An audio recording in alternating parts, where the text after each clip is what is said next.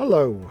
Well, I'm here at the lovely little church of St James's, I think it's called, in Ormside, and this is one of the oldest churches in Cumbria, tucked away in a little hamlet near Appleby, and this wall here, this wall here is actually 10th century. 11th century, so, you know, the late 1000s that was built. It's a pity about the way they've bricked up the original doorway. That really messes it up on this side. That part of the church is later, sort of 16th century, but this is all heavily in the Norman period. And the reason we're starting here is that the tower here, despite the modern windows, is clearly a defensive structure. It's got a modern roof now, replacing what were probably originally castellated turrets, but this was built around about sometime in the 1200s, which makes it older than the actual peel tower we've come to see at Ormside Hall. So this predates that by at least a century, and it's on the site of a Roman fort by the river, and they found both Roman and Saxon artefacts here, so a very interesting site altogether. And now we'll just pop down the path. It's interesting that there's no car park for this church. You've actually got to drive through the farm estate of Ormside Hall and press a button to get in, and then I'm not sure where you park if you're a parishioner. So yeah, interesting arrangement.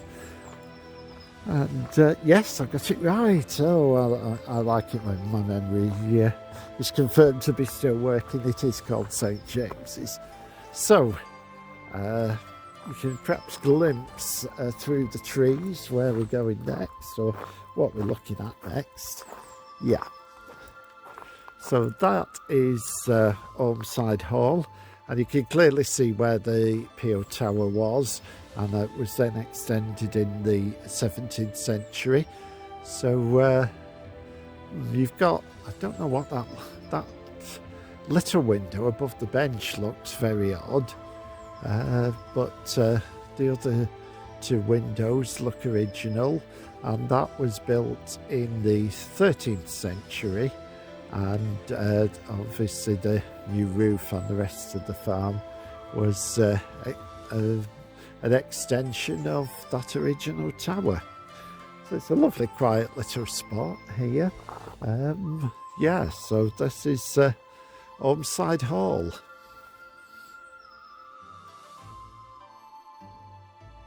Hello, we're at Brackenbrough Old Tower, or just outside it, so we can't get a better view of it, but it is on private land, and it's near the village of Calthwaite. It's very close to the M6 actually. You can perhaps hear the traffic noise in the background, and it's built around a peel tower from the late 14th or early 15th century, and it's got extremely thick red sandstone walls.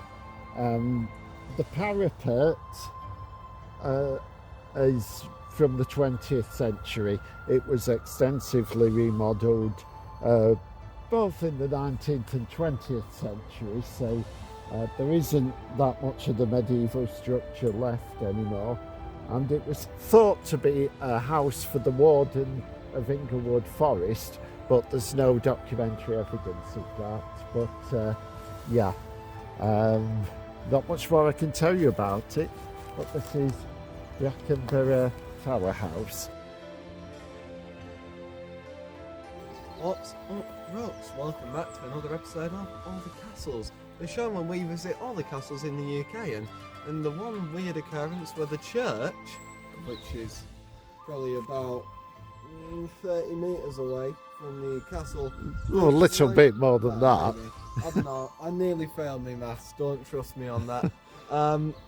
It's way more impressive than the castle which is behind me. I forgot the name of it. Salkeld. Salkeld. There you go. Look, I'm already being absolutely brilliantly genius in this opening. Hello, yeah, well, we're in the village of Great Salkeld, about 5 miles out of Penrith, and this place is a reminder that even the church, people didn't have any immunity from the Scottish raiders, so they had to build fortified mansions, and you can see there, this gable is what used to be the Pele Tower. It's only 2 stories and it has been knocked about a bit, extensively renovated in 1674 and then in the mid-19th century. So as you can see, the original roof has gone and the house has been extended on both sides. But apparently the interior going into the hall has the original rounded doorway, but we can't really get in and see that. And it says the right hand block, there's a blocked doorway. I think you can just about see the outline to the left of the windows. Or is that wishful thinking? What's your opinion? It does look mildly different to like the colour scheme of the other things, so Okay. it's possible. So yeah, I mean obviously those windows, as I say, they're not the original windows. Just wander a little further through this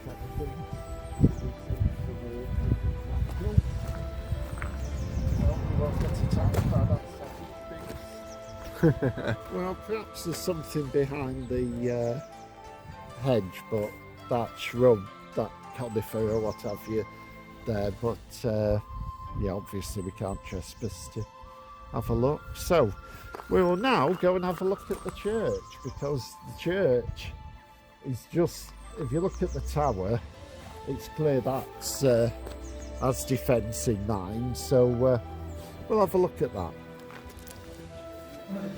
Okay, we're now in the inside the church of St Cuthbert's, and we've been graciously invited into the bottom of the tower, which we think is from the 1400s. And if you look at this door, you will see how heavily defended it is. And this church tower does count as a separate Pele tower and has a lot of defensive features, so anyone trying to get in would have some difficulty. Now, it's also been pointed out, this is the staircase coming down from the tower, of course, but it must have been designed by a left-handed swordsman, because it's got no room to swing it on the right, so that's an interesting little architectural feature.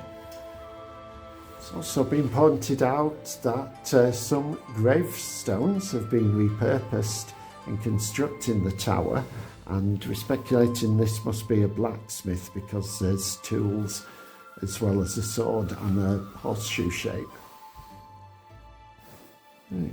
We're now in the ringing chamber, which is on the first floor of the tower, and apparently this is where the village school teacher used to live, and you can see here where he had his fire, because the repurposed gravestone here is pretty blackened, but you can still see again that it was probably the tomb of a blacksmith.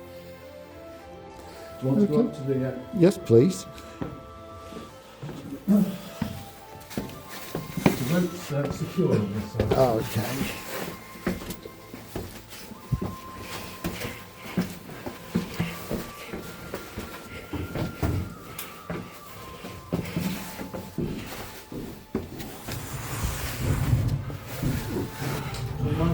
Yes, I was just about to say that to you, Simon.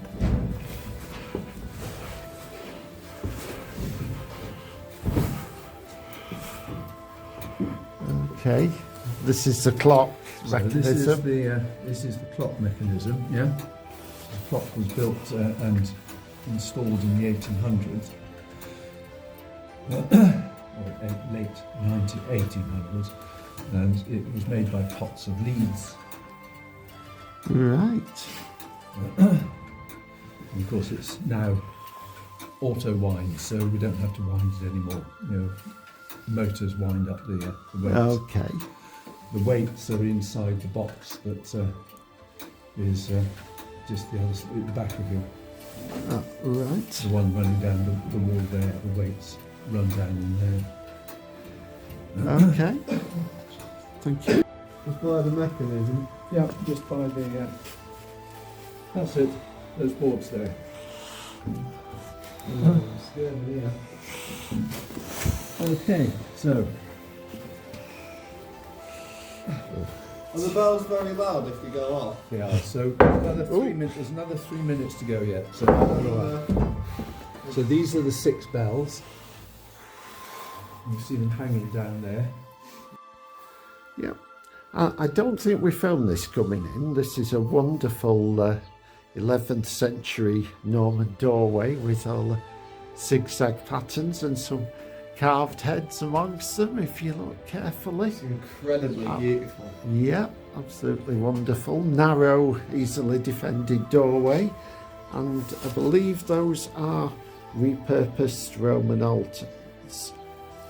So they actually predate the church, of course, perhaps predate Christian Britain, but were repurposed. And we'll have a look at the tower from the outside.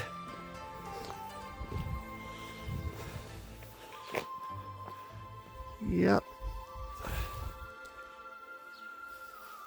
So yeah, we were allowed right up, not right up to the roof because that door was locked, but otherwise we were graciously given full access, as you've just seen.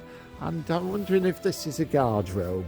We didn't ask, but it does look rather like the usual guardrobe shape. So yeah. We must say, the man who took us round was very, very pleasant. So Yeah. this place is worth a visit. And I should mention as well that the church is dedicated to St Cuthbert because it's thought that the coffin of St Cuthbert, which of course made a big tour of the north before finally resting at Chesterler Street, that party did actually pass through Great Salkeld. So the tradition is that the church is on the site where his body rested on its travels.